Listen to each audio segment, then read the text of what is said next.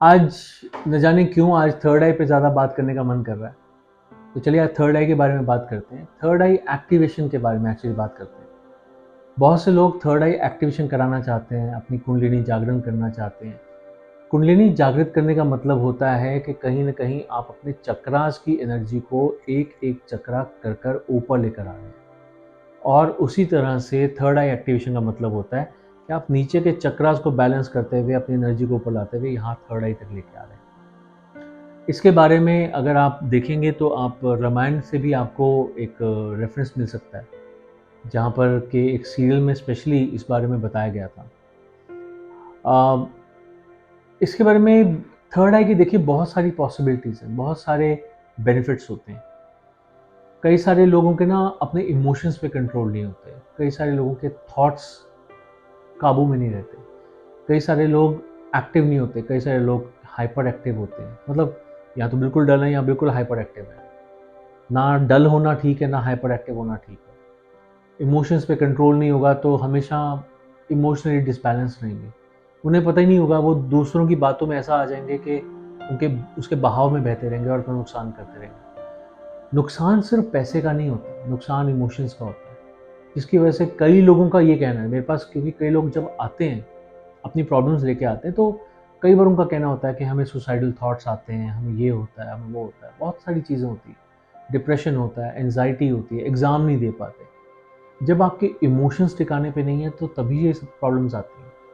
Thoughts अगर ठिकाने पे नहीं है तो इसका मतलब ये है कि आप सोचते हो मुझे आगे बढ़ना है, पर सिर्फ़ सोच-सोच में बातें रह जाती हैं। उसमें आगे बढ़ने का अगर रास्ता आपको बताया जाए कि पढ़ाई से होता है, तो ना आप पढ़ पाते हो और ना आप आगे बढ़ पाते हो।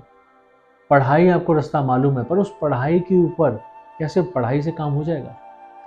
अगर ऐसा हो, जैसे फॉर एग्ज़ाम्पल मैं आपको कहना चाहूँगा कि अगर खाना खाने से हर किसी को सारे न्यूट्रिएंट्स मिलते हों, तो ब्लड टेस्ट कराने में ऐसा क्यों आता है कि किसी का टीएलसी बढ़ा हुआ है, किसी का ईएसआर बढ़ा हुआ है, किसी का कोई विटामिन कम है, किसी का कोई मिनरल कम है, किसी के अंदर विटामिन डी की डेफिशिएंसी है, विटामिन बी3 की डेफिशिएंसी है, N number of deficiencies.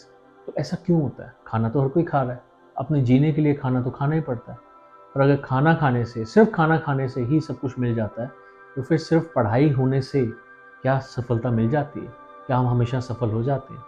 Class में 40 बच्चे होते हैं, स्कूल में 3000 4000 बच्चे होते हैं, क्या सब के सब एक ही लेवल पे सफल हो जाते हैं? क्या सभी प्रधानमंत्री बन सकते हैं? क्या सभी इंजीनियर बन सकते हैं? क्या सभी के सभी पायलट बन सकते हैं? क्या सभी के सभी mathematician, scientist, may be rocket engineer बन सकते हैं? सैटेलाइट बना सकते हैं? नहीं बना सकते। हर किसी की अलग-अलग पॉसिबिलिटीज़ होती हैं, हर किसी की अलग-अलग कैपेबिलिटीज़ होती हैं। तो उसके बेसिस पे पहले तो ये जाना जाता है कि उसकी कैपेबिलिटीज़ क्या हैं। फिर उसके बाद जब एक इंसान के बारे में पता चलता है कि वो ये करना चाहता है, एक एक पर्टिकुलर फ़ील्ड में जाना चाहता है, तो उसके लिए वो उसके अकॉर्डिंग टू पढ़ाई करता है। पर उस पढ़ाई के साथ-साथ बहुत ज़रूरी है कि वो लॉ ऑफ़ अट्रैक्शन को समझे। बहुत ज़रूरी है कि वो मैनिफेस्टेशन को समझे। जब तक लॉ ऑफ़ अट्रैक्शन और मैनिफेस्टेशन आपस में जुड़ नहीं जाएँगी, आपकी लाइफ़ के साथ जुड़ नहीं जाएँगी, सफलता हाथ नहीं लगेगी। अब बहुत ही मिडल लेवल के एक नॉर्मल से इंसान बन के रह जाएँगे। बहुत ही मतलब एक एक नॉर्मल ज़िंदगी जिएँगे आप, कि कभी हिकअप्स आ रहे हैं, कभी कभी परेशानियाँ आ रही हैं, कभी टाइम थोड़ा ठीक-ठीक चल रहा है। ठीक-ठीक टाइम में भी आपको डर लगा रहता है कि वो परेशानी ना आ जाए, मेरी जॉब पे बात ना आ जाए, मेरा बिज़नेस ना खराब हो जाए, एन नंबर ऑफ फ़ियर्स। तो उस वजह से भी आपको बीमारियाँ लगती हैं। आपने कई लोगों को देखा होगा, बहुत सक्सेसफुल लोग हैं, जैसे श्री रतन टाटा। आपने उनकी एज देखी है, उनका उनका जज़्बा देखा है, वो उनकी लाइफ़ के बारे में कभी पढ़ा है? कितने सक्सेसफुल और उनके कितने डिसीज़न्स ऐसे थे जो आउट ऑफ द बॉक्स थे। वो कैसे हुआ?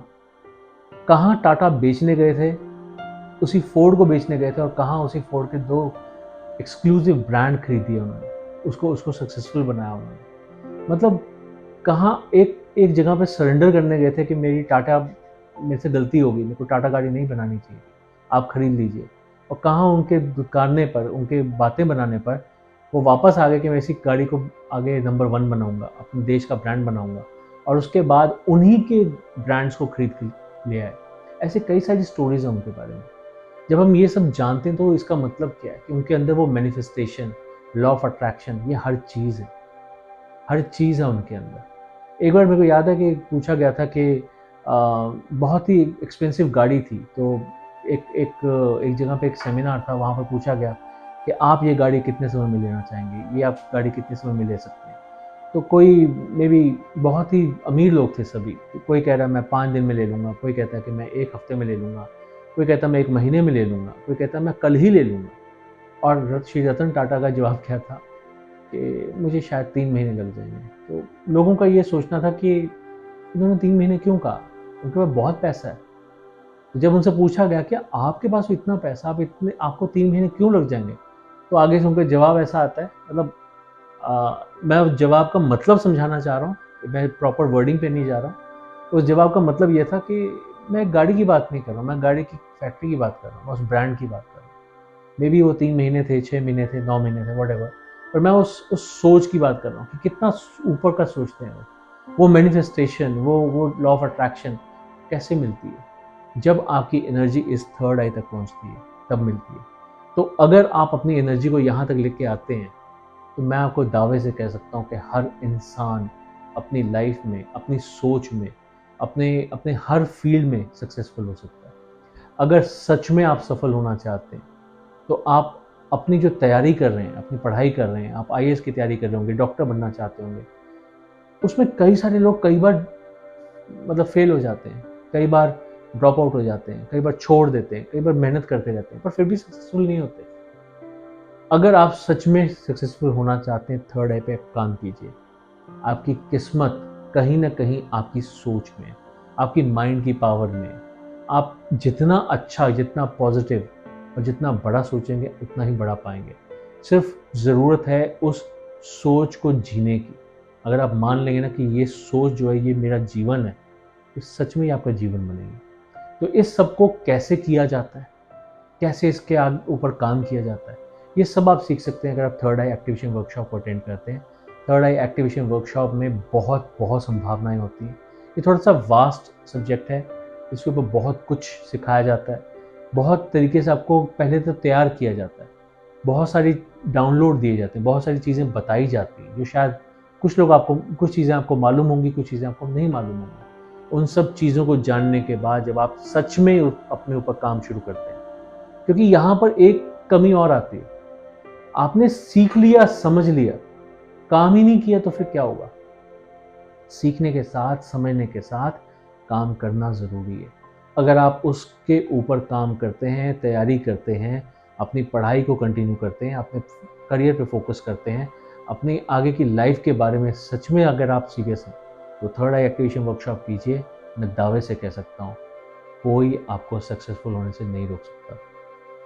मैं उम्मीद करता हूँ ये वीडियो आपके बहुत काम आएगी और आपने थर्ड आई एक्टिवेशन वर्कशॉप अटेंड करने के बाद, अपनी थर्ड आई को एक्टिवेट करने के बाद, आप बहुत बहुत बुलंदियों तक पहुँचेंगे। Thank you very much.